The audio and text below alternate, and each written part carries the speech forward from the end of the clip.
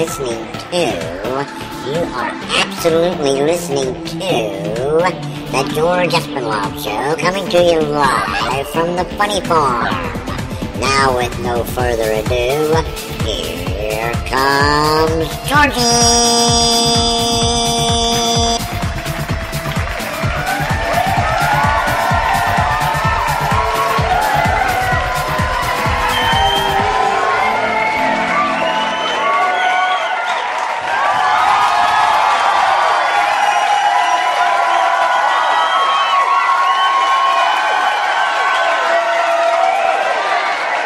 Y'all just cracked me up.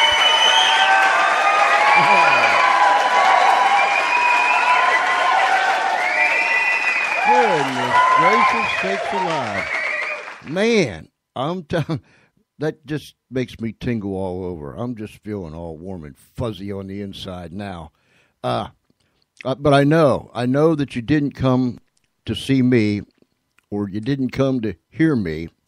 Y'all came to hear my co-host tonight, because this is Tag Team Friday with Dina Rae Tosto. Dina, are you there with me? Yes, I am, George. Thanks for having me. All right.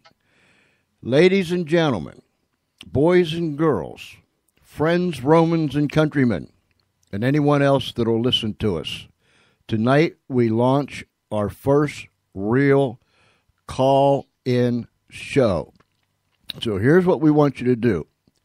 We're going to open the phone lines here in a little bit, but write this number down, write it on your hand, write it on somebody's forehead, write it on a piece of paper, put it in your phone, do whatever you have to do, but here's the number, 302-497-3414. That is a Skype number. So Skype to Skype, freebie, anywhere in the world. We have a number because there's some people that wants to call us either on their cell phone or their home phone, and they can call that number whether you have Skype or not. So, 302-497-3414. There's a frog in here, Dina. I'm going to get him. But anyhow, 302-497-3414. Brighten up our night. And when we open up the phone line, give us a call. I mean, we'll just be tickled pink. I promise I won't fall off the chair. How about you, Dina? I will be thrilled. I will be thrilled. In fact, I usually, most nights when I'm on the air, I start out sitting down, but I end up standing up, because I just feel like I'm confined. So if I stand up, I promise I won't fall over.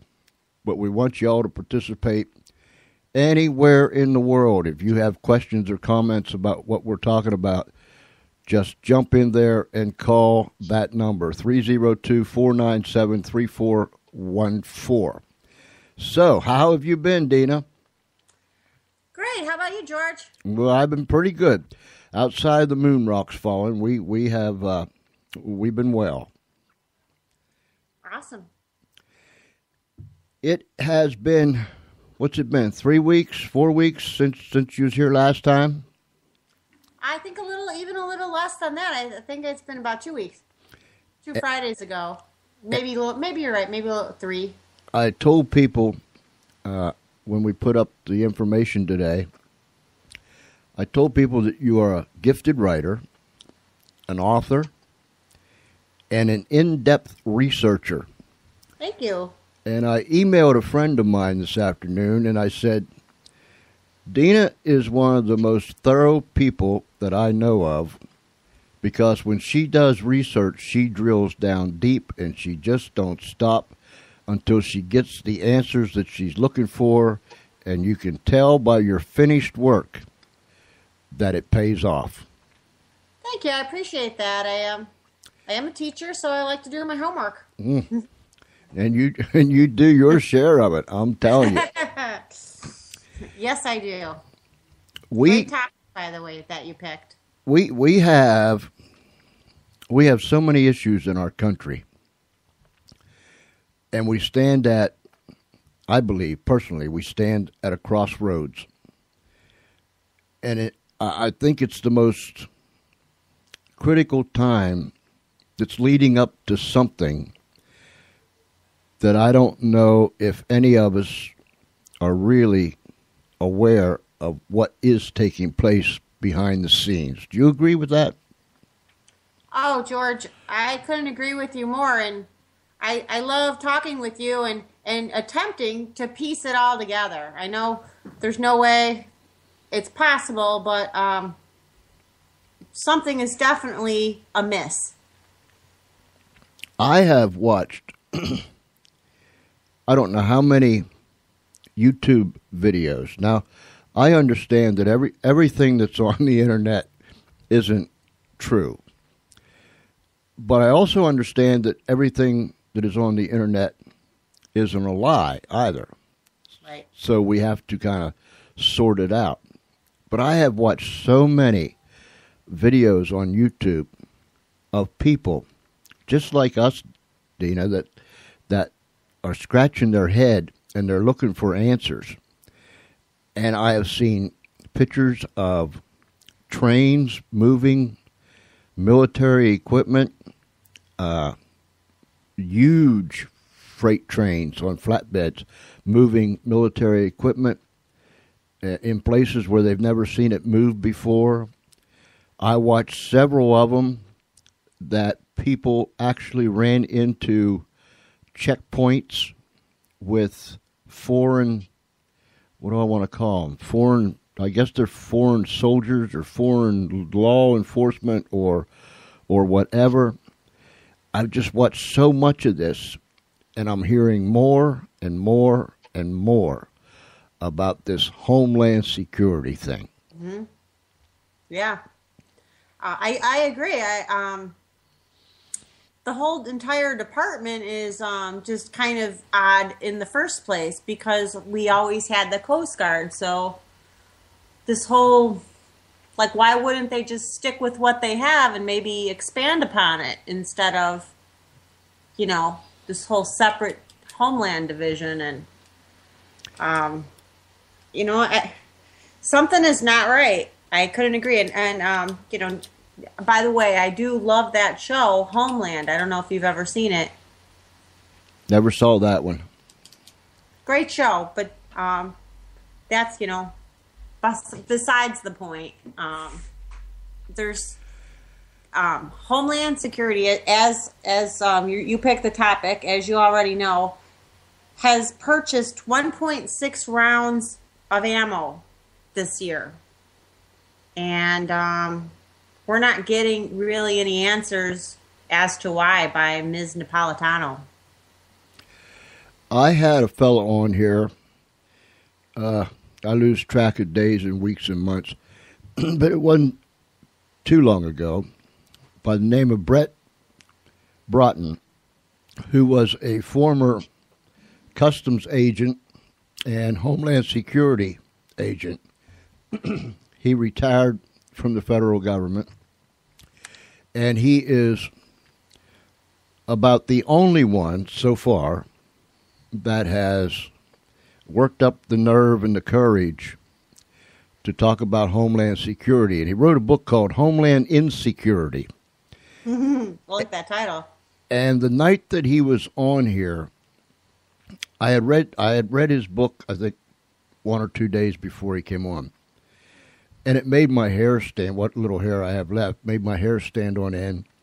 And then to listen to him talk and share with us some of the things that goes on, not only in Homeland Security, but in other agencies, it's enough to make you turn blue. Oh, I can't imagine. And he probably is not telling you everything either, because he can't. Yeah, he's a fantastic person, and he even made the statement that there may be retribution in some way, shape, or form, but he was going to throw this puppy out there anyhow because the American people needed to see it. And then what comes to my mind, and I've heard it down through the years, you're a conspiratist. You have conspiracy theories. You participate with the conspiracy crowd. And it seems like every time people start to ask questions or get nosy, we or they or them gets labeled as a conspiratist. Don't you agree? Oh yeah. Then that's code for loony bin, loony, crazy. Funny farm. Yeah, you know it. That I got to collect myself here a minute. They said that the assassination of JFK, when people said that it was a conspiracy, that those people were loony.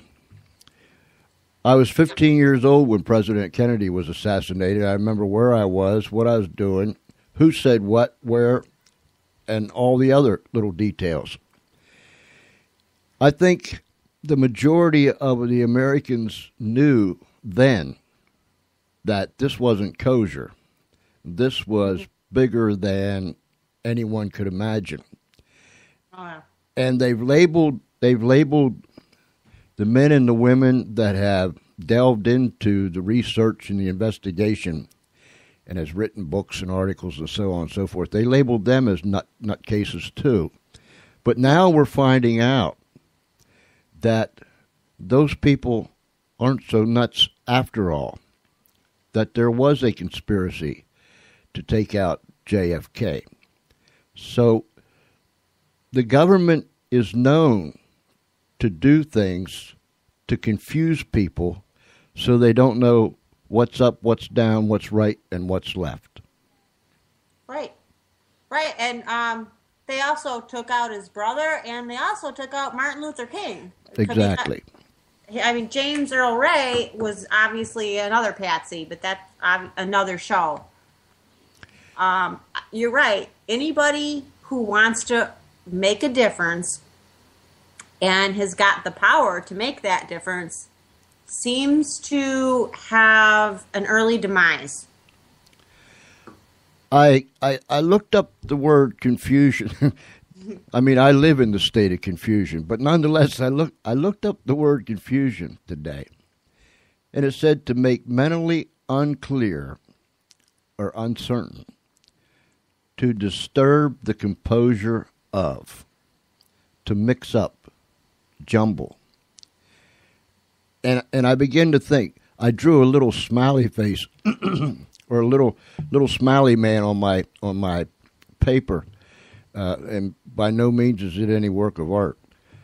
But on the right side of his head, I have little arrows pointing to his head. I have things like cover-up, fabricated information, part truth, part lies, doubts, rumors. And on the other side, I have the arrows going, and it says facts, participants, pictures, transparency. And that's the picture I came up with this afternoon when I was thinking about this particular subject and others. That if they can confuse people, like in a court of law, beyond a reasonable doubt, if they can fill your mind with doubt and you're saying, maybe they're right, or they can tell you half-truth with a half-lie, then everybody's so confused they don't know what anything is about. George, I couldn't agree more. And in my opinion, in the last 10 years or so, the government has been using 3 particular topics to feed to the media for their daily stories, so that we look the other way and our emotions get raised. Meanwhile, they do this kind of stuff like buy 1.6 billion rounds of ammo. These 3 topics that the government likes to feed the media is this whole gay marriage, abortion, and racism. Those 3 are the biggest smokescreen that of all times. I mean, When is the American public going to wake up and say, I'm not listening to another day about gay marriage? This is obviously meant to distract me from what's really going on. Mm-hmm. Where is the real story? And this mainstream media, I mean, I cannot tell you, I am sick to death of hearing about it.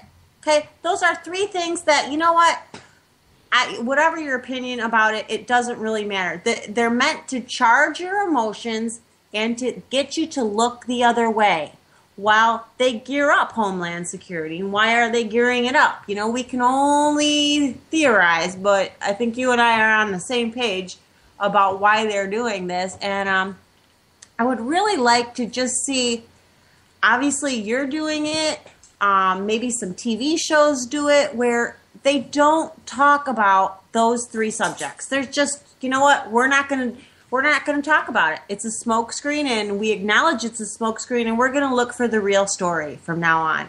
I would love a TV show to come out like that. You know, I didn't realize until this afternoon, and I hope that I read it correctly, but I did not realize that Homeland Security oversees 90 different government agencies. Did you know that? No, I did not. And I sat there, I was dumbfounded. I mean, most of the time I'm like that. But, I mean, this one threw me for a loop. And I got to thinking, wait a minute.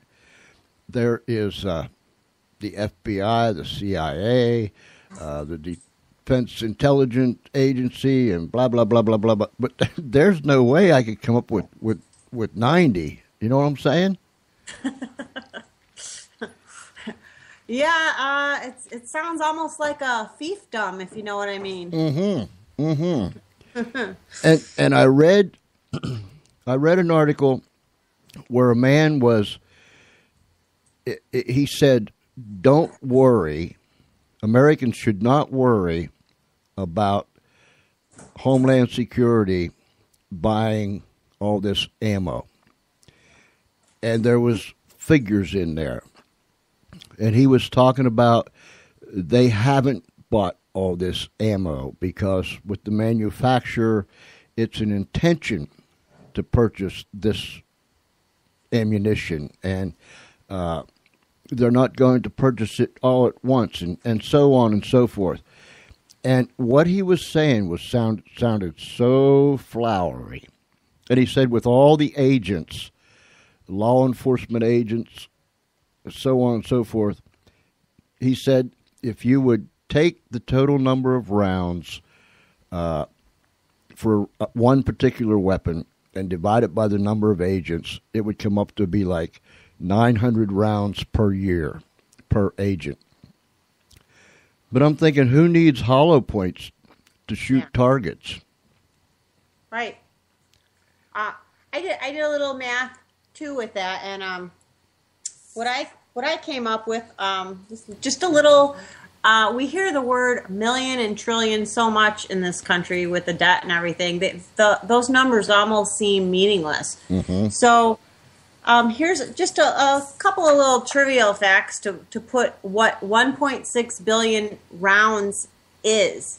In the Iraq War, less than 6 million rounds a month were being used in a war. Mm-hmm. Okay? That's million, not billion. Million. 1.6 billion is enough to sustain an internal war in this country for more than 20 years. And let's not forget about the armored tanks that they bought. Mm-hmm. And then I also want to throw, and I just thought this was fascinating, $50 million towards new Homeland uniforms. Now, I'm wondering, what are those uniforms going to say? You know, New World Army, you know, New World Order Army. I mean, this is very weird, very weird. They, and Janet Napolitano won't give anyone a straight up answer. I have House Bill, House Bill 390 or House Bill 390 that has been proposed, and Mr. Hastings of Florida, Democrat from Florida, had proposed this bill before, but the wording caused quite an uproar amongst folks that was paying attention. But he didn't give up. He's back again to introduce this bill, and the House Bill 390 is National Emergency Centers Establishment Act. Wait, repeat that. National Emergencies Center Establishment Act? Wow, that's quite a mouthful. Yeah, National Emergency Centers, plural, Centers Establishment Act. And like a FEMA camp? Yeah, like a FEMA camp, without using the word. And it says to direct the Secretary of Homeland Security to establish national emergency centers on military installations. And then, this was introduced into the House of Representatives January 23rd of this year. Mr. Hastings of Florida introduced the following bill, which was referred to the Committee on Transportation and Infrastructure, and in addition to the Committee on Armed Services, for a period to be subsequently determined by the Speaker, in each case for consideration of such provisions as fall within the jurisdiction of the committee concerned. And the bill directs the Secretary of Homeland Security to establish national emergency centers on military installations, and it describes those things. It talks about some money. And here's what I found interesting. Before I read this short little piece here, I saw a thing on Facebook this week, a picture of an American native, a Native American. And the caption was something like, if you believe the government will take care of you, just ask an Indian. And I thought, wow, I never thought of that. But you talk about getting run over, run through, run around, and plop from place to place. The Native Americans of this country said each time, yeah, we'll have peace. And it was always the white man that broke the treaties. Mm-hmm. And even today, look what they're left with. Right. So this thing here, this one part got me, because I thought, sure, you can say anything, you can write anything, but what you do and what you say is two different things. And it goes something like this. It says, limitations on statutory construction. It says, the act does not affect the authority of the federal government to provide emergency or major disaster assistance or to implement any disaster mitigation and response program, including any program authorized by the Robert T. Stafford Disaster Relief and Emergency Assistance Act. It does not affect the authority of a state or local government to respond to an emergency, or it does not authorize any federal officer or employee to force an individual to enter a national emergency center or prevent an individual from leaving a national emergency center. And right away, my mind flashed back to World War II, when we took the Japanese Americans and locked them up. Internment camp. Yeah, I was thinking the same thing. Mm-hmm. You know what else I was thinking about, George, while you're telling me this? What's that? Underneath the Denver airport is miles and miles and miles of tunnels. And there's very weird art there showing soldiers in Nazi uniforms. There's a Freemason capstone dedicated to the New World Order Air Commission, and there is no New World Order Air Commission, so that's kind of odd right there. Mm-hmm. And then there's these endless tunnels that go underneath the airport, and in conjunction with there's endless underground tunnels in the Ozarks as well. So I'm wondering. And by the way, my mind is racing. I apologize. I should talk a little bit more smooth. But right by that Denver airport, where all those tunnels are, the Queen. This is very interesting. The Queen of England bought acres and acres of land. Kind of an odd spot for the Queen of England to buy land, don't you think? Oh yeah, definitely. Why would she be interested in Denver? Okay, I don't want to get too off topic, but the way that airport was created is kind of interesting in itself. The old Denver airport had 6 runways, and they said they needed a new Denver airport because of the traffic. So what do? They build a new airport with 5 runways. Okay, really? Right there, the logic right there is very suspicious, and there was a mysterious death with the artist, and then there's all kinds of conspiracy about that airport. I don't want to get too off topic, but with the Ozark underground tunnels and the Denver airport underground tunnels, what you're telling me with this new legislation, it sounds like they're preparing for a retreat. And are we included in this, or is this really a prison, or I don't know. While you was talking, I was sitting here thinking, there's people out there that they can look at us or people like us and listen to us and people like us, and the first thing they do is, and I can see it, they roll their eyes, and one phrase that comes to my mind is dingbat. Them people are a bunch of dingbats. Right. But yet, I'm afraid that many, far too many Americans are so caught up with such things as American Idol, Dancing with the Stars, blah, blah, blah, blah, blah, blah, blah, blah, blah, Survivor, and all these other things, and sports figures, and so on and so forth, that they don't know which end is up.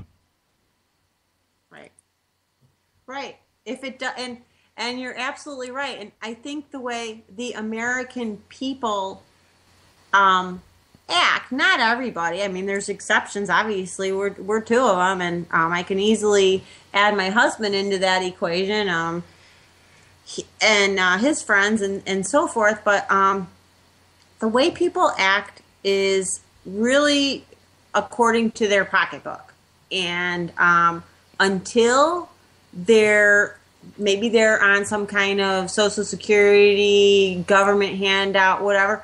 If that ceases, if their job ceases, if something ceases where their livelihood is threatened, they might start paying attention that way. But otherwise, ignorance is bliss. And la la la la la la la la la. To me, this whole, I don't want to get too off topic, but it kind of relates to this whole arms buildup that we have on a domestic level. But this whole Cyprus banking thing, to me, terrifies me. Scares the hell out of me. And it makes me think, well, what's coming next? Are we next? Is that why our government's stockpiling ammo? Because people are going to go apeshit when they hear that they can't cash their Social Security checks, or they hear they can't withdraw from their ATM card, or they hear that their life savings, 60% is going to be taken away, and it's really not insured by the government like they said it was, and so forth. And that whole episode, to me, it should be considered a historical marker.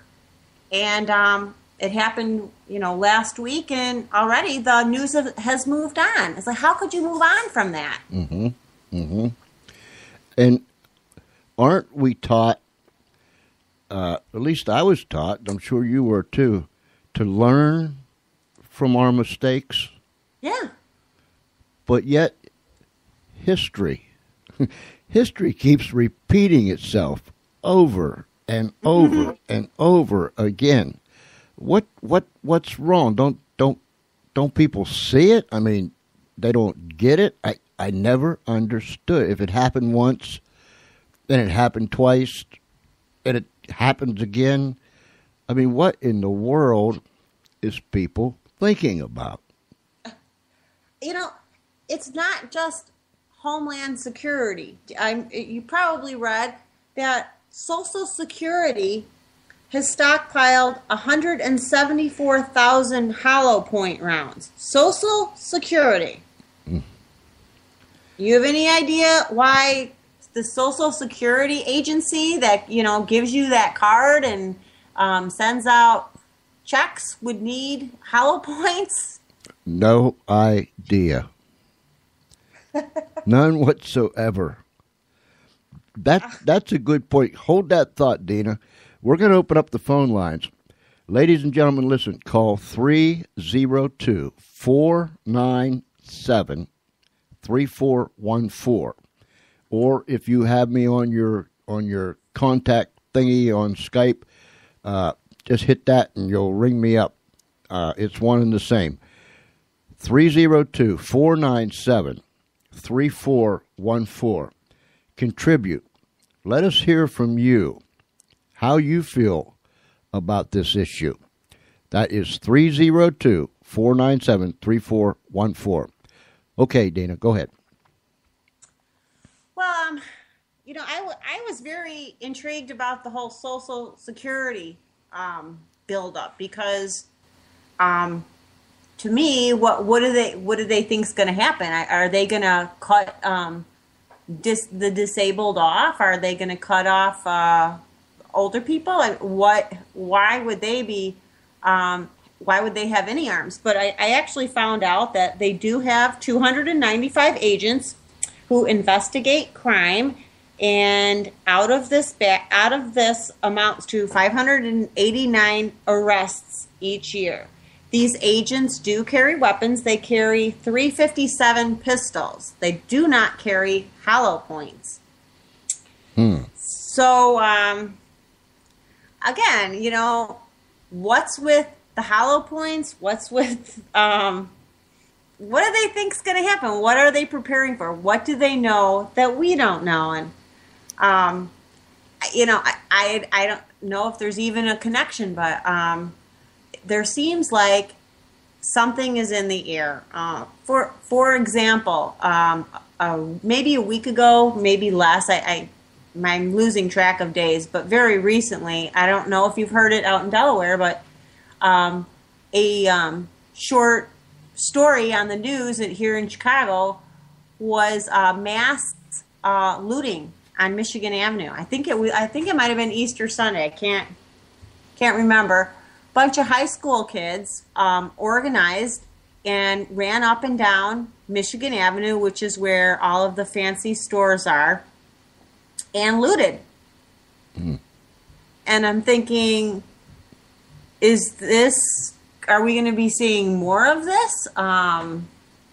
It never happened before. Just kind of odd. And again, the story was covered up pretty quick. It was definitely an organized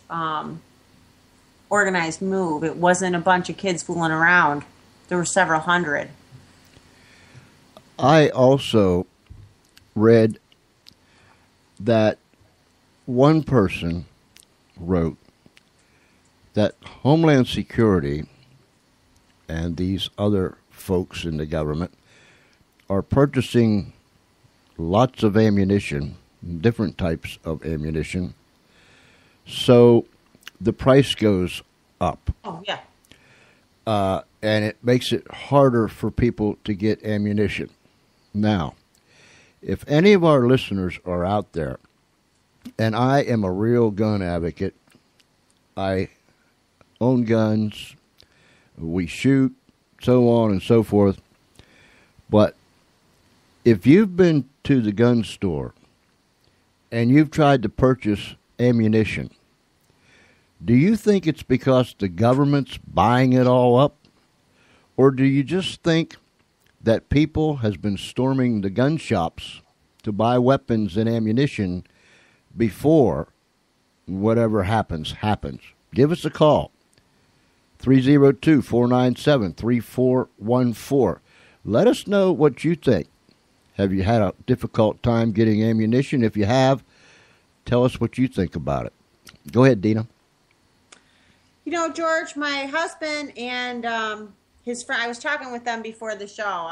Shout out to my husband and his friend Dan. They're both gun advocates too. And he's gotten me a little bit into the whole shooting thing. And we've gone to the gun range a few times and bought in some boxes of ammo. And it's pretty expensive. It was like about 35 cents a bullet. Mm-hmm. So I'm kind of a cheapskate, and it's kind of like, but you know, it's fun to practice, and don't get me wrong, but I'm wondering. I know a lot of people say that that's why they're buying all of this ammunition up, but could this be a plausible way to? They can't get rid of the Second Amendment, but could this be a plausible way for gun owners not being able to buy ammo at all in the long run? I know what you're saying, but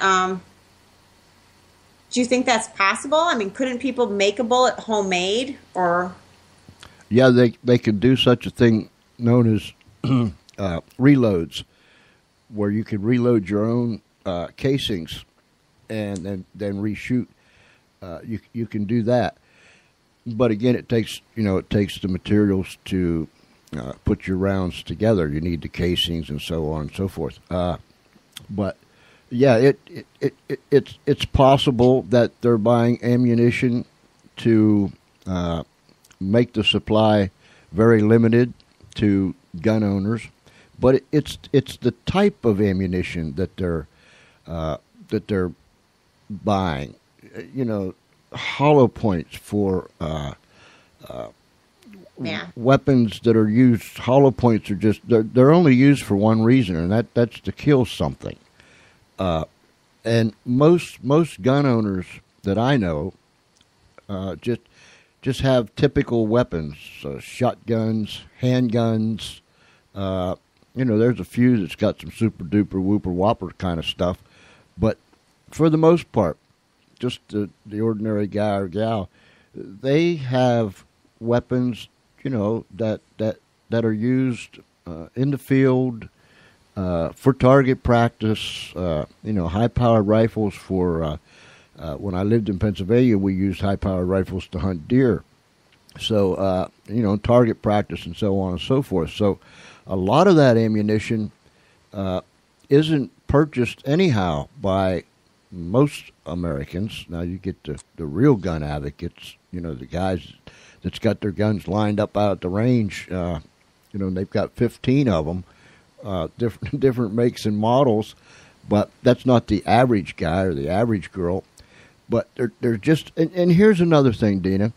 I always thought FEMA was the folks that got in position or was supposed to be in position for things like hurricanes that was going to strike, or to arrive upon the scene when there was an earthquake. There's natural disasters. And all of a sudden, they have blossomed and bloomed into this small government army. And I don't understand that. Yeah. You know what? I agree. Wasn't it Hurricane Katrina? And that was kind of like what they were labeled as, a rescue squad per se. And, now all of a sudden they're either a retreat camp for when the shit hits the fan, or they're a prison. I've read both sides of the story. So they're very quiet about what they are for. And I think as an American taxpayer, we have every right to know what they're up to. We're paying for them. And I read an article of how American gun owners buy 10 million rounds of ammo a year for America. So that's 10 million. That's nothing compared to, the $1.6 billion figure that we're getting. And what I found especially interesting, say martial law was declared. Everybody's terrified that that's what's going to happen. Say it was declared. The outside of our Army, outside of Homeland, the next biggest gun concentration in America. Now, I don't know if this is true or not. I definitely read it on the internet, but the third biggest arsenal of guns in this country is Wisconsin. I don't know if you've heard that. It's who? With the state of Wisconsin. The state of Wisconsin. The legal registered gun owner. That's another thing. When we're talking about gun owners, there's tons of people who aren't registered, who aren't on the books. We don't really know anything about them. But of legal registered gun owners, Wisconsin is the third biggest concentration of weapons in this country. First is the U.S. Army. Second is Homeland. And third is Wisconsin. I don't know if you've heard that before. No, but that does make sense, because that would make them, I guess that would make them the number one state out of all states too, right? Yeah. Absolutely. Because somebody has to be number one. That is there, and maybe you know, maybe you don't know, but maybe one of our listeners does know, isn't there a law that says that our military, how do I want to put it, our military cannot be used... Oh, to quarter? Oh, I'm sorry, I don't mean to interrupt. No, to be used on our soil for such things as martial law and all that stuff. It's an amendment. I want to say, was it the third? We don't have to quarter our soldiers for domestic. That's why we have the National Guard and so on and so forth. But as far as our military troops, the Army, Navy, Air Force, and the Marine Corps, and I'm assuming the Coast Guard is in there too. I'm sorry, George. It's the Third Amendment. I just Googled it. Go on. Third Amendment. So there is a law that says that our Army can't be used to for martial law and all that stuff like that. Right. It's here. No soldier shall, in time of peace, be quartered in any house without the consent of the owner, nor in time of war, but in the manner to be prescribed by law. Third Amendment. Okay.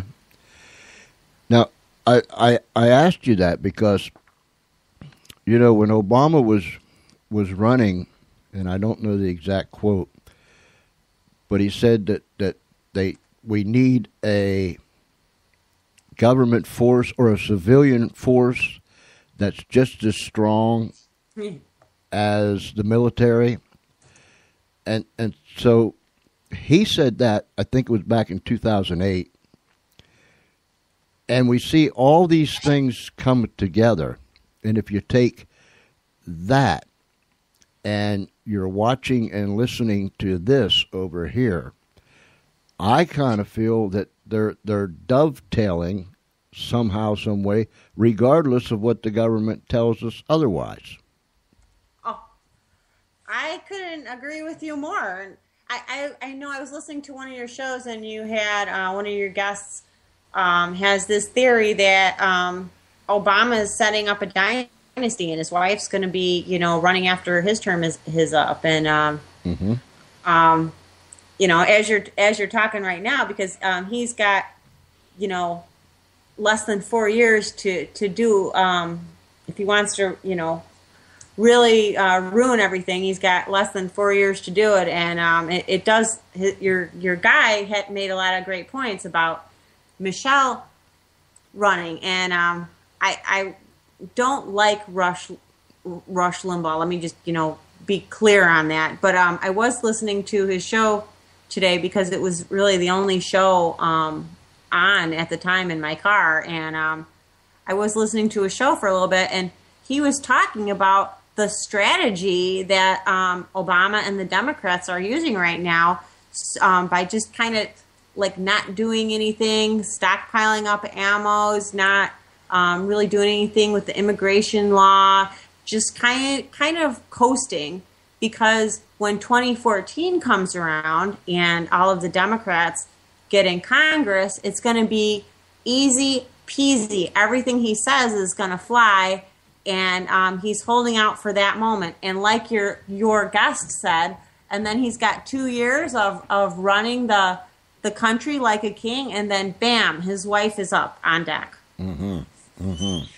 And people can hear things like that, and they can say, nah, that's impossible, that would never happen, it couldn't be, not in this country, and blah, blah, blah, blah, blah, blah, blah. But how many other people have said that in different countries around the world in different periods of time, and lo and behold, exactly what they said could never happen, wouldn't happen, can happen, happened. Right. Well, Hitler didn't take over Germany overnight. He did it in increments. Mm-hmm. Mm-hmm. Everything's got to be done gradually, because if it's done too much too soon, then the people back away. They get clued in about it. They don't get used to it. And he knew that. And obviously Obama does too. He's a very bright man. And I wonder. Not that I think. Oh, I'm sorry. No. Go ahead. I don't want to come off like an Obama hater. I think George Bush was as sketchy as Obama. So we've had some real untrustworthy presidents, I think, in the last 20 years. Mm-hmm. Mm-hmm. It's that shadow government. Mm-hmm. Yeah. That I worry about. And people say, "Oh, Espinlop, come on, man! You fell out of a wheelbarrow and bumped your head on the concrete or something," But I'm 64 years old, so I've been there and done a lot of stuff, and I've watched this country from the time I was little wee and grew up to where I am now, and this country is not the same country that it was when I was 17 years old and went in the Marine Corps. It's different. Its attitude is different. Its tolerance is different. Now somebody slaps us upside the head and we do absolutely nothing about it. Mm-hmm. We have no grit. We have no fight.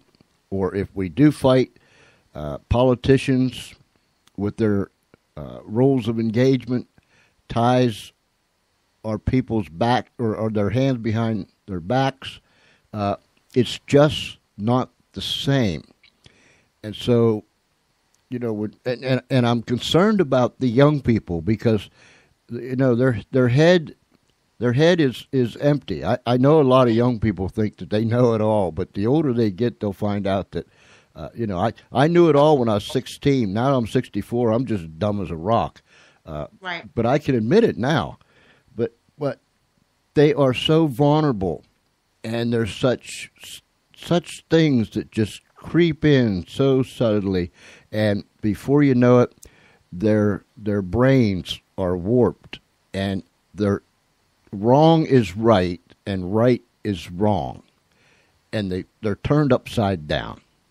Well, exactly. I mean, again, George Bush, I think, was as shady as the day is long. But what he didn't have going for him was the cool factor, like Obama has going for him. I mean, most people did not like George Bush because they saw him as a rich oilman, and him and Dick Cheney with Halliburton and all that, and he didn't have that cool thing going for him. Now, Obama, on the other hand, He's young, he's good looking, he's got a pretty wife, he's black.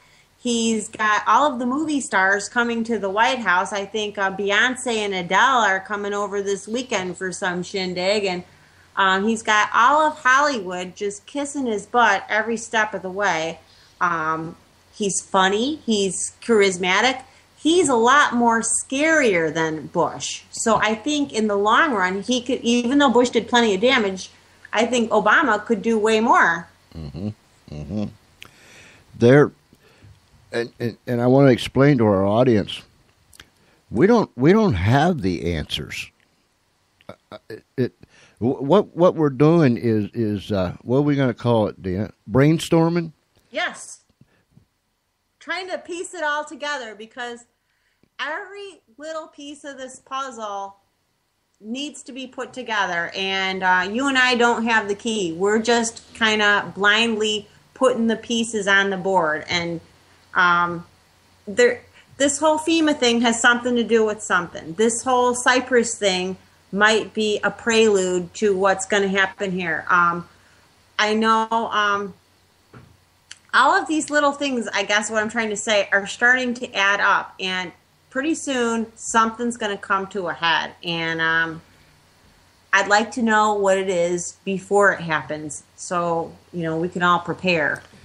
When Janet Napolitano goes up on the Hill, or when Eric Holder goes up on the Hill, or any of the others that's in high positions goes up to the Hill, it's and they're asked questions. Number one, are representatives outside of a few have no spine and are afraid of asking the tough questions and pinning somebody down and being serious about it.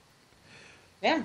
But when they are somewhat slightly challenged, it's almost as if it's in your face. This is my answer. Now my answer don't make a lick of sense. But this is my answer. This is what you're getting. And if you don't like it, that's just too bad, Jack. And they get away with it. Ron Paul, or not Ron Paul, I'm sorry, I get them too confused. Rand Paul. What the heck is going on with the drones?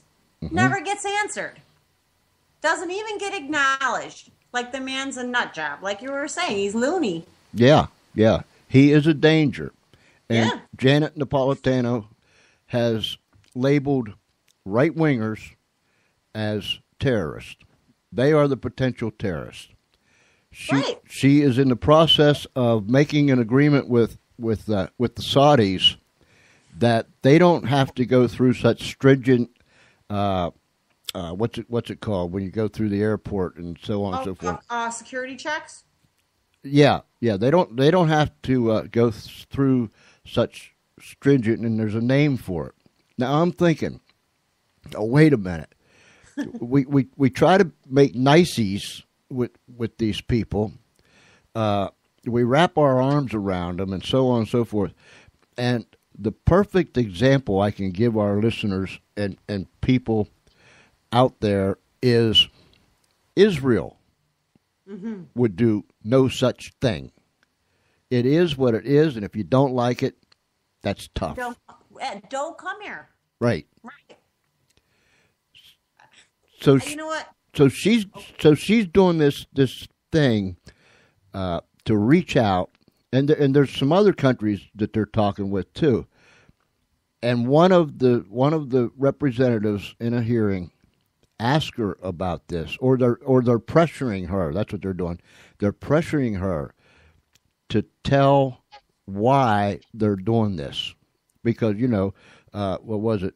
The biggest part of the terrorists for 9/11 came from Saudi, right? And so, including Bin Laden, who was from a rich Saudi family. Yes. So, it's Benghazi is another perfect example. This is what I said. This is the way it is. This is all you're getting it. So take your crackers and go over there and sit down and eat them and be quiet and be a good little boy or a good little girl. And nobody presses anybody's button in fear of being politically incorrect or making somebody mad. I just don't get it. Well, our president's name is Barack Hussein Obama. Mm-hmm. That says it all to me. Mm-hmm. But who am I? I could not imagine him getting elected after what happened in 2001. Ever. Mm-hmm. Mm-hmm. Ever. But in 2008, his name didn't really seem to matter. The fact that he spent, at least according to his bio, I mean, that's another debate, but he spent time in Muslim countries and went to mosques and prayed to Allah and all of that, and that didn't seem to matter. And I'm from Illinois, so I'm very familiar. Oh, by the way, nobody ever heard of him till he magically somehow beat 2 veteran politicians for the Senate seat. And by the way, you know how he beat those 2 veteran politicians? Mm-mm. They magically had these scandals come weeks before their election. One guy, Jack Ryan, was divorced, and he should have won, but his wife and he got divorced, and somehow his divorce records were unsealed, even though they were sealed. They were unsealed, and it came to the public that, he was a swinger, and he tried to get his wife in on a whole bunch of swings, and she wasn't having it, and, that was that. Then the other guy, I can't think of his name right offhand, but he was supposed to be the senator. I can't think of his name offhand. Blair something. He, right before the election, guess what? He gets busted for being a 30-year wife batterer. And then magically this man nobody's ever heard of, who has some rinky-dink job as a community organizer, is U.S. Senate. Mm-hmm. Mm-hmm. And he and his wife were completely broke, and before he ran for Senate, or, just I think right after he won, he bought $1 million mansion in Chicago. This is before the housing crisis, before there was 1 million foreclosures. He bought $1 million mansion for $300,000. Mm. So I don't want to rag on Obama like some people, because he's a puppet in all of this. Somebody discovered him and said, aha, mm-hmm. I've got my star for my production that I'm having. Yes, and the grooming has been in the works for years and years and years. It's almost scary. I just want our listeners, whether they agree with what I say or what you say, or they disagree, that's not the point. If I could just get them to think, to sit down and ponder, maybe, and then start reaching out and trying to find some answers for themselves. That's what we need in this country. This Homeland Security thing, if you don't really understand what's going on, from now on, if you're listening to this program or you're listening to it later, Homeland Security, keep your eyes on Homeland Security and just watch and listen.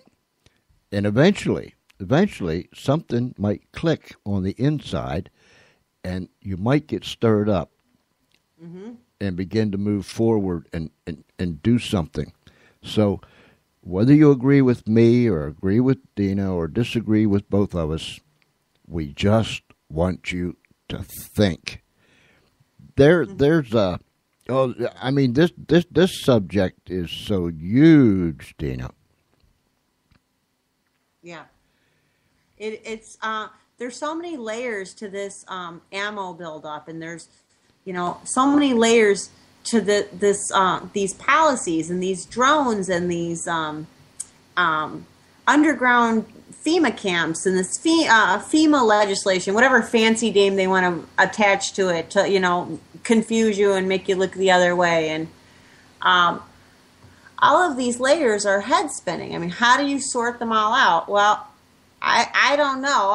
I'm nobody important. I don't have any ins with the in crowd. I certainly don't know what's going on, but I'm paying attention. I am so paying attention right now because I don't believe anything anymore that I'm hearing on mainstream media, on Fox, on CNN, all of it. And that's why I turn to shows like you and a couple of TV programs that I like. And, you know, I'll admit that, you know, some of my ideas are a little bit out there. I'll be the first to admit it. But, you know, they make a little bit more sense to what the mainstream media is reporting. That's, you know, really all I can say. And I go back to what we said in the beginning. And it goes something like this. Have you ever, or you know someone else in your life that attempted to do something and it just became so difficult and you just couldn't get it, and you were so confused and you threw your hands up and says, forget it, I'm done with that, that's just too hard, or that's just too confusing? Well, that's the game that's going on right now. If they can just make us so confused, yes, and make it seem like it's so hard.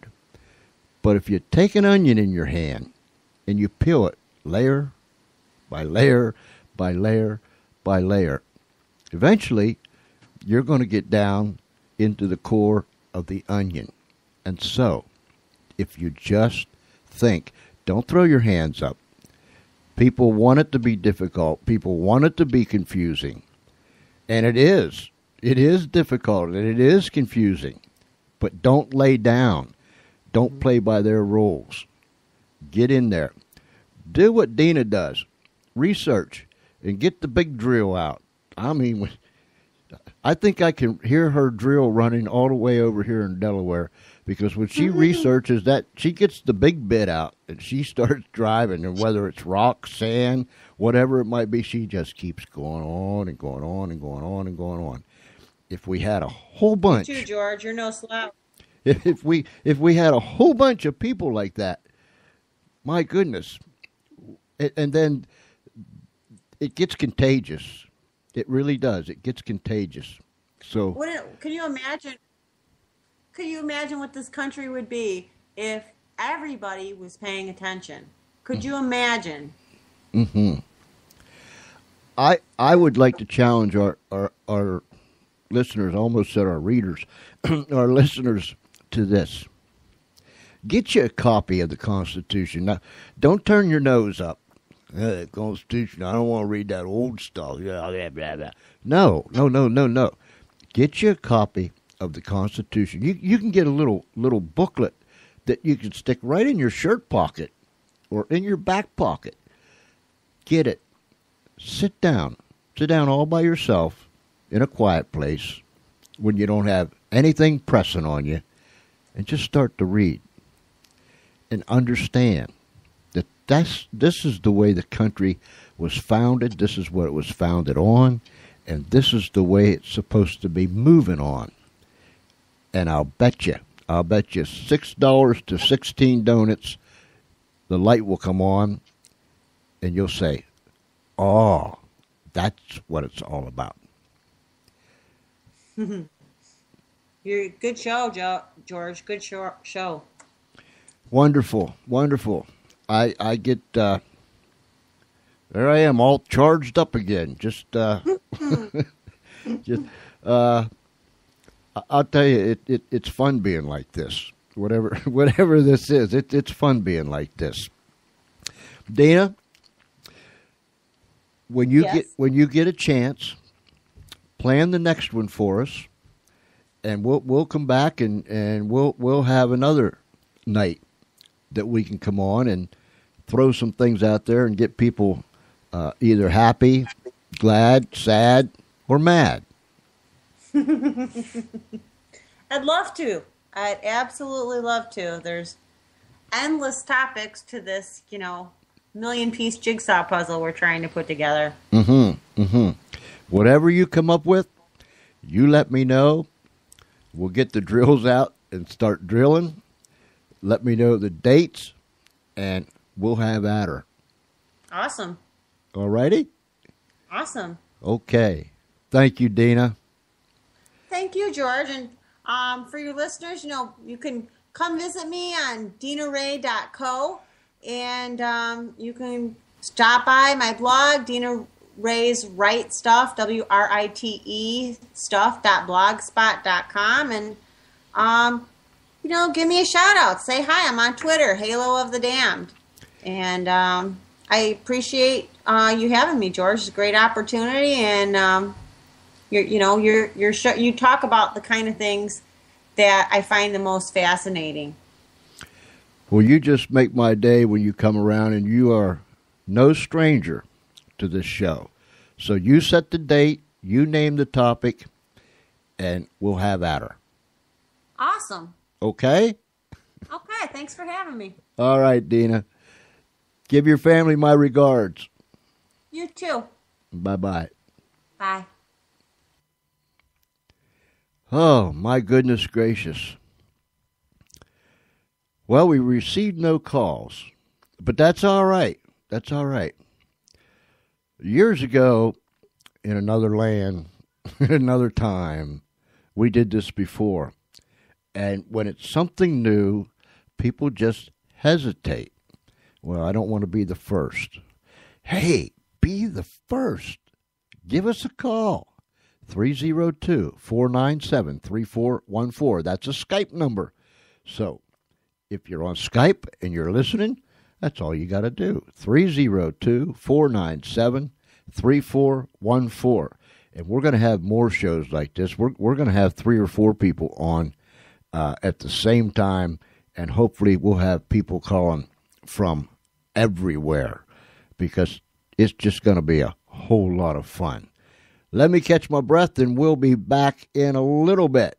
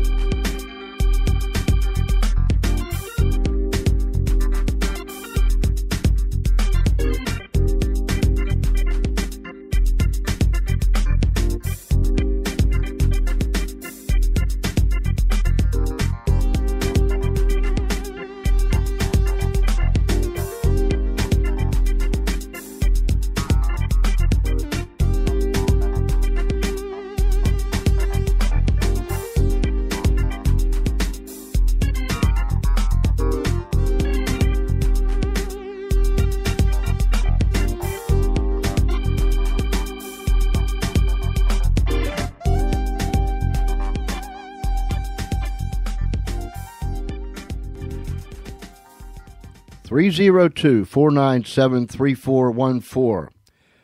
Pick it up. Hit the pad. Whatever it is. 302-497-3414 or George.Espenlaub. Espenlaub. And let me know. Just let me know what you think.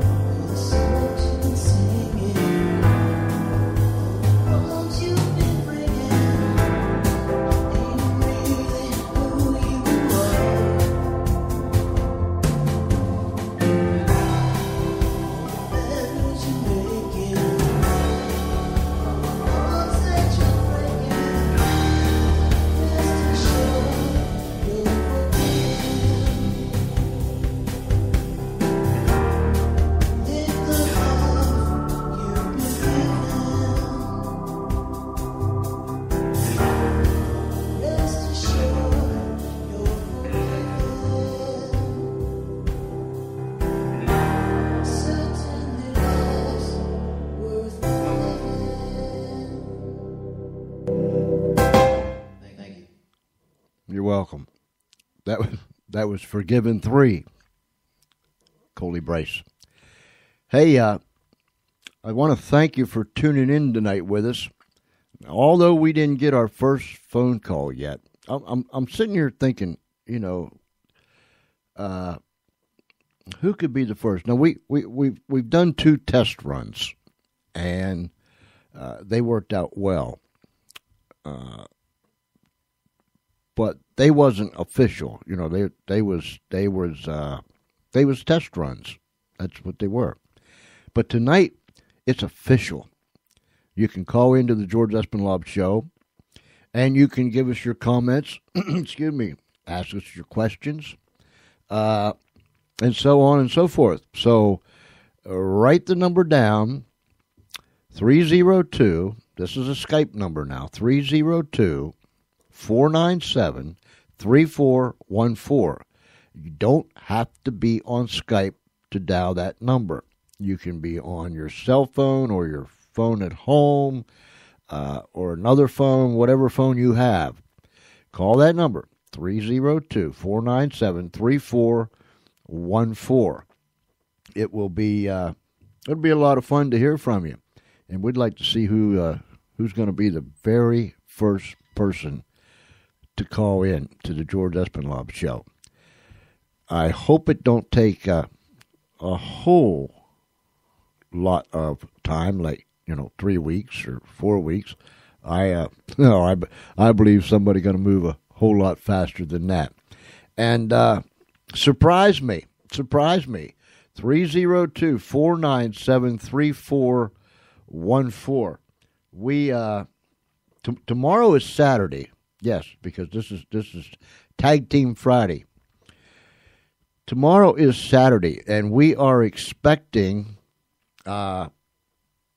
we have a call. Welcome to the George Espinlov Show. Who do we have here? Wade Bryan. Hey, Wade, how you doing, buddy? Good, and you? I'm fine. You are the first, since tonight is official launch night, you are the first to call in to the George Espinlov Show using our new number. Well, that's wonderful. And you know what? Hold on just a second. So, who do we have here?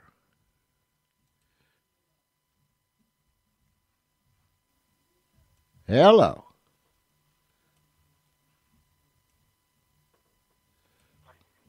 All right, now, Wade, are you there? Yeah, I'm here. Okay. We've got somebody else on here, but they haven't spoke to me yet. Are you there, caller? Hello, caller. Do I hear you? Yeah, I hear you too. Let me turn the broadcast off. Hold on. Okay, you there? I'm here. Okay. All right. We lost our caller. Oh, here we got somebody calling again. Hold on a minute. All right. Thanks for calling the George Espinlov Show. Are you there? Pop up. It's Liza May Swampbush. Oh, my goodness. Wade, can you hear Liza May Swampbush? Pop up. What? Pop up. I missed my bus. Wade, are you there? Hold on. Pop up. I missed. Hold on. No, he's still there. He's somewhere. I'm trying to get it together here. I might be doing something wrong. Let me. Uh-oh.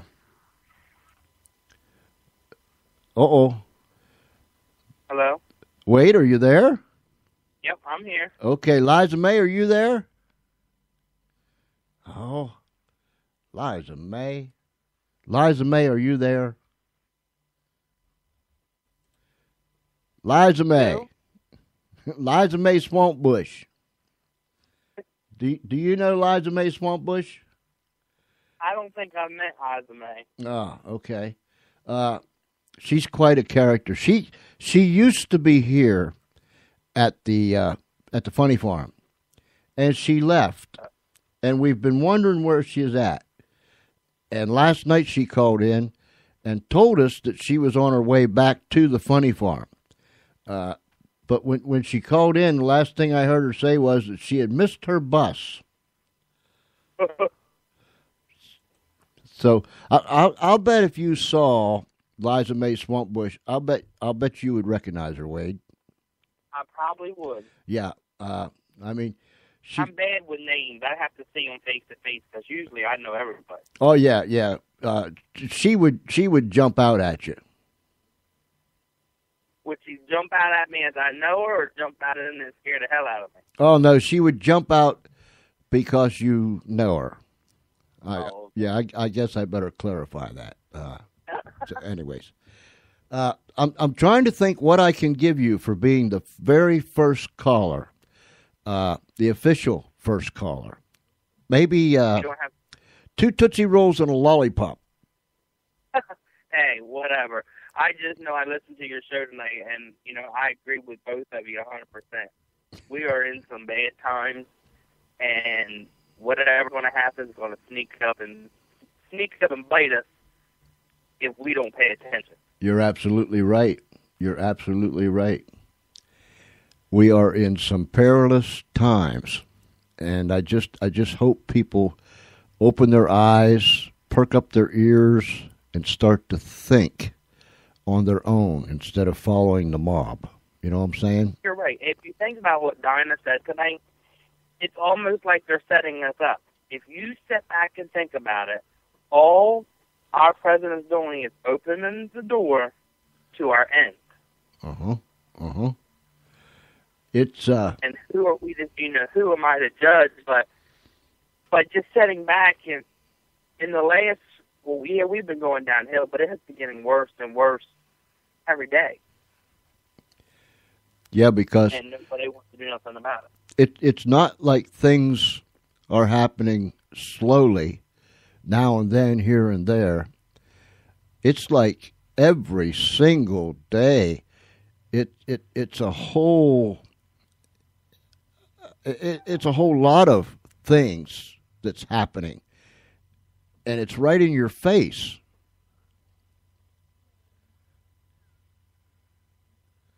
You're right. And you're absolutely right. The mainstream news, they won't ask hard questions no more. They won't investigate like they used to. In fact, they swung far to the left, and I'd like to know, if I had a crystal ball, Wade, I'd like to know, and I'd like to look ahead, and I'd like to see the expression on their face, that if this thing continues, see the expression on their face when all this stuff affects them personally. You're right. They seem like they live in a bubble, and their bubble's going to be protected. But I'm afraid what's coming down the road and around the corner, there's not going to be any favorites amongst us.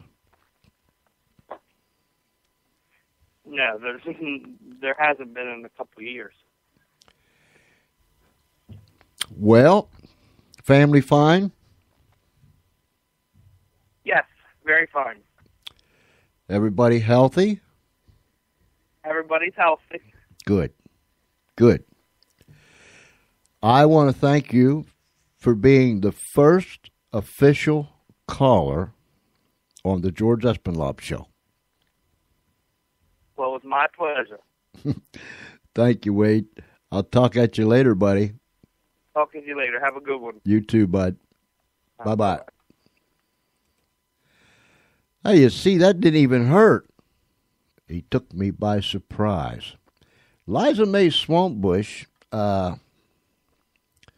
my goodness gracious. I just don't understand what happened to her. She was saying that she missed the bus or something. Is that what you heard, Charlie? Uh-huh. Yeah, I know she sounded a little hyper, but yeah, maybe she'll give us a buzz back, and we tried to hook her up in the thingy here, but uh-oh. See if he answers. Yes, who do we have here? Pop up, it's Liza May Swamp Bush. Oh. I got something to tell you. What? I missed my bus. Oh, I no. missed my bus this morning because I was dealing with these people in the real world, and now I can't get on the bus and sing the wheels on the bus go round and round, round and round, round and round. I'm going to have to take me a hot air balloon. A what? A hot air balloon.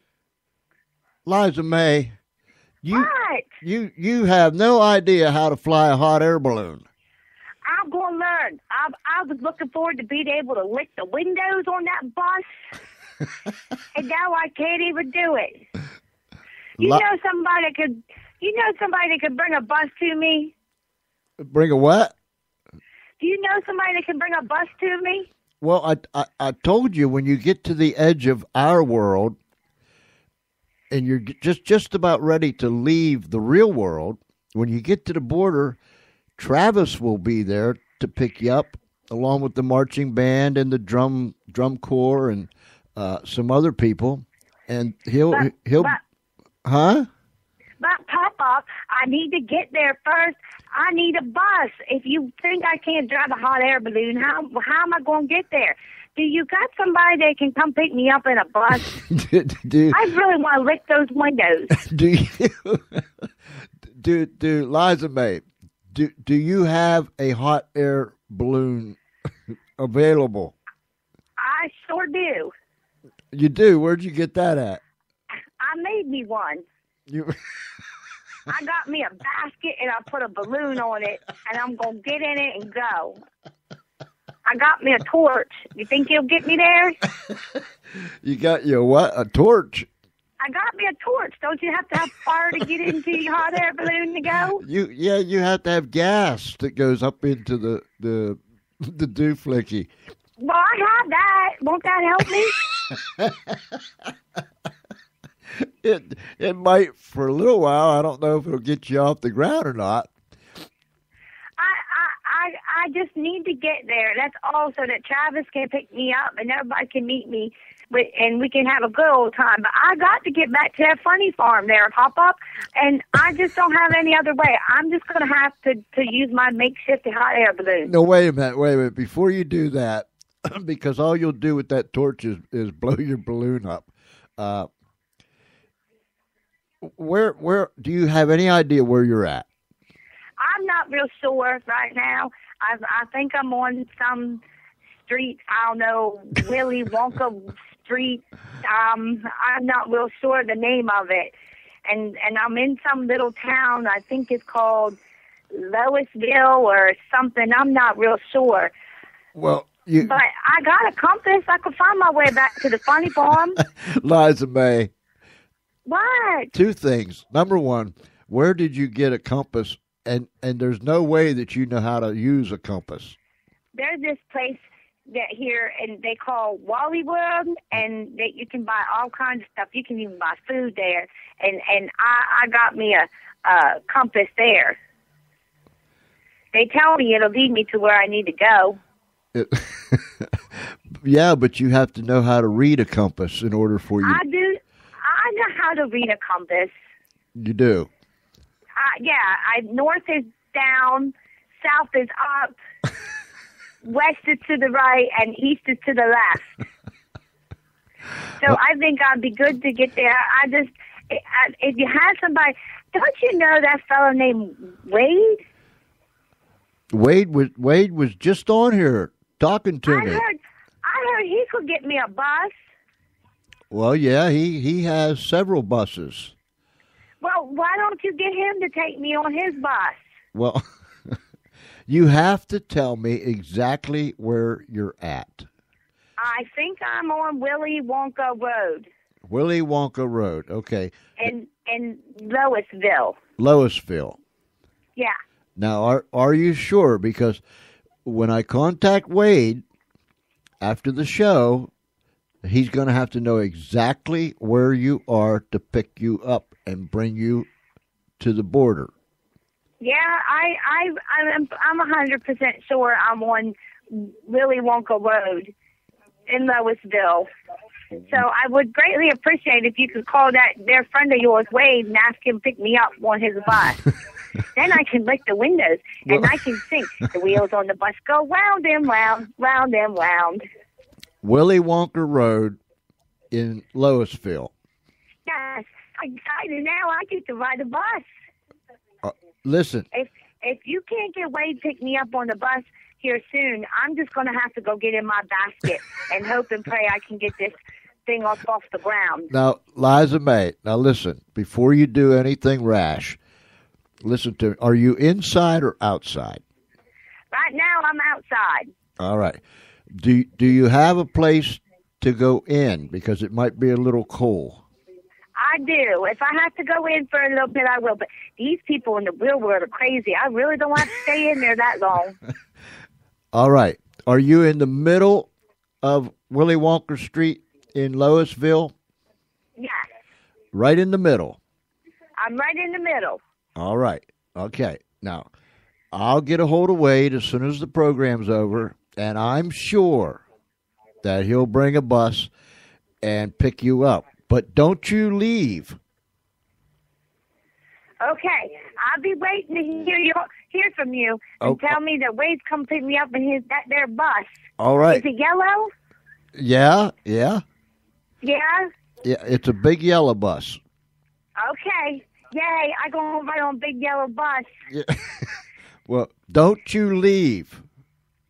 I won't leave, Papa. I'll stay right here, and I'll be waiting to hear from you, okay? Okay, don't get in that basket for no reason. Okay, Papa. All right. All right, I'll talk at you later. All right, thanks for calling. No problem. Goodbye. Bye. My goodness gracious. Hey, look, ladies and gentlemen, I thank you for hanging with us tonight. You see, we just never know what's going to happen around here. That's just the way it is. That was a pleasant supply. Supply. That was a pleasant surprise to have Mr. Wade call us. I was not anticipating that at all. Thank you. Thank you so very much. You are the first official caller of the George Espinlaub Show, and we want more to call. Remember the number, 302-497-3414, 302-497-3414. Well, folks, we've had quite a plate full tonight. I want to thank very much. I want to thank Dina Rae Tosto for being with me and co-hosting the show tonight. We don't have all the answers. In fact, we have very few. But we'll throw them ideas out there and hope that you can help us find the answer. Together, remember, it's we the people. We the people. The politicians are not lords over us. We are not peasants. This country was founded on solid foundation, and the power was given to the people. We, the people, are in charge. Let's stand up and let's lead this country back to greatness, because I know beyond a shadow of a doubt that we can. It's been fun. It has been fun. Listen, thanks for tuning in. You're out tonight. You be careful. Don't you get behind that wheel if you've been drinking. You get somebody to take you home. You call a cab or plop right down where you're at. But don't you get behind that wheel of the automobile if you've been drinking. You'll hurt yourself. More than likely hurt somebody else too. So do not drink, and drive. If it's nighttime where you're at, you have a great night. If it's already daytime, already tomorrow, you have a fine day. But whatever it is and wherever you're at, until next time, this is George Espinlov saying, be safe, be kind one to another. God bless you real good.